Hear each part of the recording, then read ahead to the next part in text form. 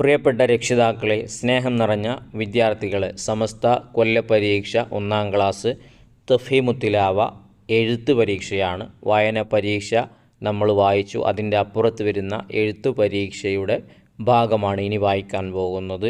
വായന പരീക്ഷ കാണാത്തവരുണ്ടെങ്കിൽ കമൻറ്റിൽ ഞാൻ അതിൻ്റെ ലിങ്ക് പിൻ ചെയ്ത് വെച്ചിട്ടുണ്ട്. അതിൽ തൊട്ട് കൊടുത്താൽ മാത്രം മതി. നേരെ നിങ്ങൾക്ക് ഇതിൻ്റെ അപ്പുറത്തെ ഭാഗം കാണാൻ കഴിയും. രണ്ടും കൂടെ ഒരു വീഡിയോ ആക്കി കുട്ടികൾക്ക് വീഡിയോ ദൈർഘ്യം വന്ന് മുഷിപ്പ് വരണ്ട എന്നതുകൊണ്ടാണ് 2 വീഡിയോ ആക്കി ചെയ്യുന്നത്. അപ്പോൾ ഇതിൽ ഒന്നാമത്തെ ചോദ്യം വന്നിട്ടുള്ളത് ഇതിൽ പറയുന്ന രൂപത്തിൽ തന്നെയായിരിക്കും ചോദ്യങ്ങൾ ഉണ്ടാവുക. അതുകൊണ്ട് കൃത്യമായി മനസ്സിലാക്കി രക്ഷിതാക്കൾ കുട്ടികളിൽ ഇത് ശീലിപ്പിക്കാൻ പ്രത്യേകം ശ്രദ്ധിക്കുക. ഇന്നൊരൽപ്പം താമസിച്ചുറങ്ങിയാലും ഭാവിയിൽ നമുക്കത് സന്തോഷിക്കാൻ വകയുണ്ടാകും. അങ്ങനെ ഉണ്ടാവട്ടെ എന്ന് ദുആ ചെയ്യുന്നു. ഒന്നാമത്തത് ചിത്രം നോക്കി വിട്ട ഭാഗം പൂരിപ്പിക്കാം എന്നതാണ്.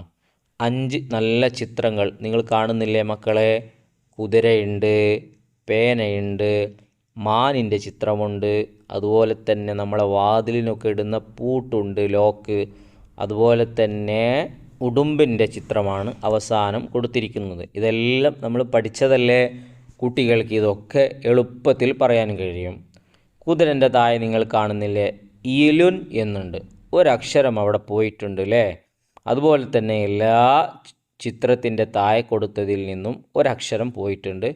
എല്ലാത്തിൻ്റെയും ആദ്യത്തെ അക്ഷരമാണ് പോയിട്ടുള്ളത്.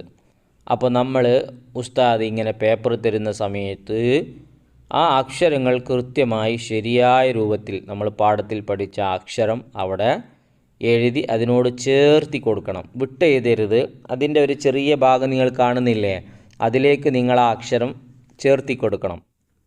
അപ്പോഴാണ് നമുക്ക് മുഴുവൻ മാർക്കും കിട്ടുക. കുതിരയ്ക്ക് എന്താണ് അറബിയിൽ പറയുക? ഖൈലുൻ. അപ്പോൾ ഹ എന്നുള്ള അക്ഷരമാണ് അവിടെ പോയിട്ടുള്ളത്. ഇനി പേനയ്ക്ക് എന്താ പറയുക? എല്ലാവർക്കും അറിയുന്നതാണത്. ലമുൻ എന്നവിടെ ഉണ്ട്. ക എന്നാണ് പോയിട്ടുള്ളത്. കൂട്ടി വായിക്കുമ്പോൾ കലമുൻ. ഇനി അടുത്തത് നല്ല രസമുള്ളൊരു മാനിൻ്റെ ചിത്രം ഉണ്ട് അല്ലേ? അതിൻ്റെ താഴെ ബിയുൻ എന്നേ ഉള്ളൂ. മാനിന് ബിയുൻ എന്നല്ലല്ലോ, പിന്നെന്താ പറയുക? അവിടെ ഒരു അക്ഷരം പോയിട്ടുണ്ട്, അത് ല എന്നാണ്. അതിനെ ചേർത്തി വായിക്കുമ്പോഴാണ് മാൻ്റെ പേര് വരിക, ലബിയുൻ. ഇനി പൂട്ട് നമ്മളെല്ലാവരും കാണുന്നതാണ്. നിങ്ങളെ മദ്രസയുടെ വാതിലിന് പൂട്ടില്ലേ? എല്ലാവരും കണ്ടിട്ടുണ്ടാകും. ലഖുൻ എന്നുള്ള ഭാഗമേ അവിടെയുള്ളൂ. ഒരക്ഷരം അവിടുന്ന് പോയിട്ടുണ്ട്. പോയ അക്ഷരം ഓ എന്നുള്ള അക്ഷരമാണ്. കൂട്ടി വായിക്കുമ്പോൾ ലഖുൻ എന്നാണ്. ഇനി നിങ്ങളൊക്കെ കണ്ടിട്ടുണ്ടോ ഉടുമ്പിനെ ചിത്രത്തിലെല്ലാവരും കണ്ടിട്ടുണ്ടാകും.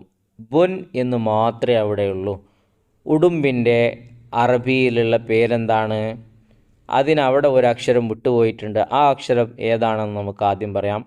ല എന്നുള്ള അക്ഷരമാണ്. കൂട്ടി വായിക്കുമ്പോൾ എങ്ങനെ വായിക്കണം? ലബുൻ. ഉടുമ്പ്. അപ്പോൾ ഇതുപോലെയാണ് നമ്മുടെ പരീക്ഷയുടെ ചോദ്യപേപ്പറിൽ ആദ്യത്തെ ചോദ്യം ഉണ്ടാവുക. നല്ല രൂപത്തിൽ ഈ ചിത്രങ്ങൾ തന്നെ ആയിരിക്കില്ല, വേറെ വേറെ ചിത്രങ്ങളായിരിക്കും. ശ്രദ്ധിച്ച് എല്ലാവരും നല്ല രൂപത്തിൽ എഴുതി കൊടുക്കുക. ഇനി നമുക്ക് രണ്ടാമത്തെ ചോദ്യം വായിക്കാം. വായിക്കുന്നതിന് മുമ്പ് സബ്സ്ക്രൈബ് ചെയ്യാതെ കാണുന്നവരുണ്ടെങ്കിൽ ചെയ്ത് സപ്പോർട്ട് ചെയ്യുക. ഒരു ലൈക്ക് ഇപ്പോൾ തന്നെ കൊടുക്കുക. അവസാനം ഉപകാരപ്പെട്ടെങ്കിൽ നന്ദി അറിയിച്ച് അൽഹംദുലില്ലയോ ആമീനോ താങ്ക്സോ എന്തെങ്കിലും ഒന്ന് കമൻറ്റിലൂടെ എഴുതി അറിയിക്കുകയും ചെയ്യുക.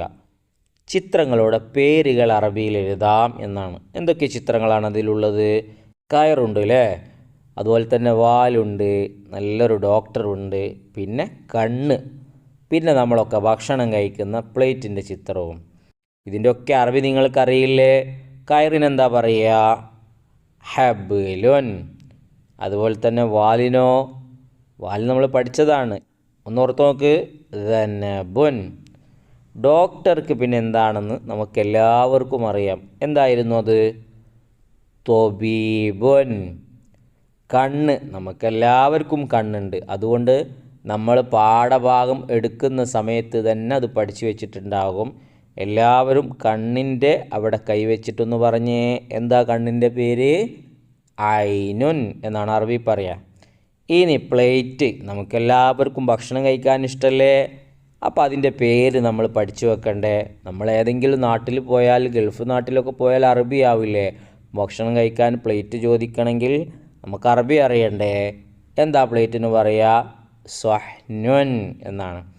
അപ്പോൾ ഇതിൻ്റെ ഒക്കെ അറബി നമ്മൾ താഴെ വൃത്തിയിൽ അവിടെ എഴുതി കൊടുത്താൽ മതി. നിങ്ങളവിടെ ഡാഷ് ഇട്ടത് കണ്ടില്ലേ? അവിടെ നമ്മൾ എഴുതി കൊടുക്കണം ഓരോന്നിൻ്റെ അറബിയും. ഇങ്ങനെ ഒരു ചോദ്യം നമുക്കുണ്ടാവും. എല്ലാവരും ശ്രദ്ധിച്ചെഴുതണേ. അക്ഷരങ്ങളൊക്കെ വൃത്തിയായി അവിടെ എഴുതി കൊടുക്കുക.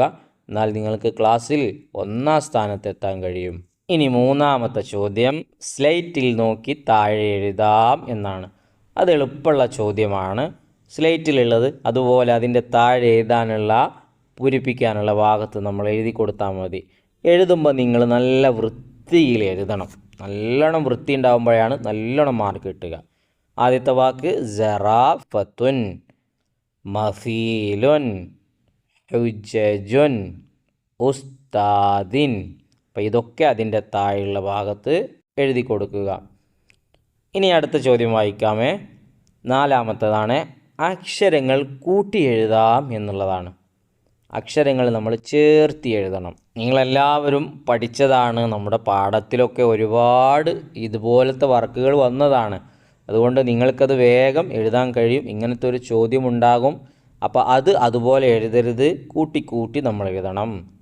ഫഖീറുൻ, തോവിലത്തുൻ, സിയറുൻ, അതൊക്കെ കൂട്ടിയിട്ട് അതിൻ്റെ താഴെ എഴുതി കൊടുക്കുക. രക്ഷിതാക്കൾ എഴുതുന്നതൊന്ന് ശരിയാണോ എന്നൊന്ന് നോക്കുക.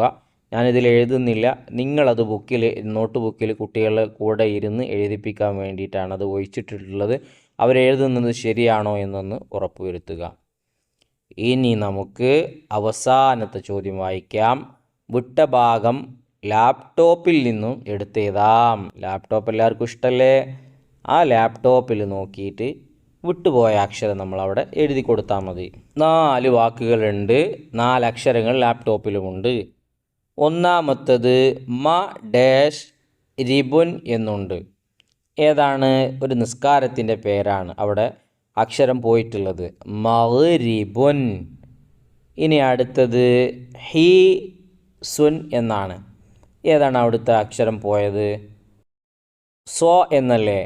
എങ്ങനെ കൂട്ടി വായിക്കാം? ഹിസ്വസുൻ. ഇനി റിസുൻ എന്നുണ്ട്.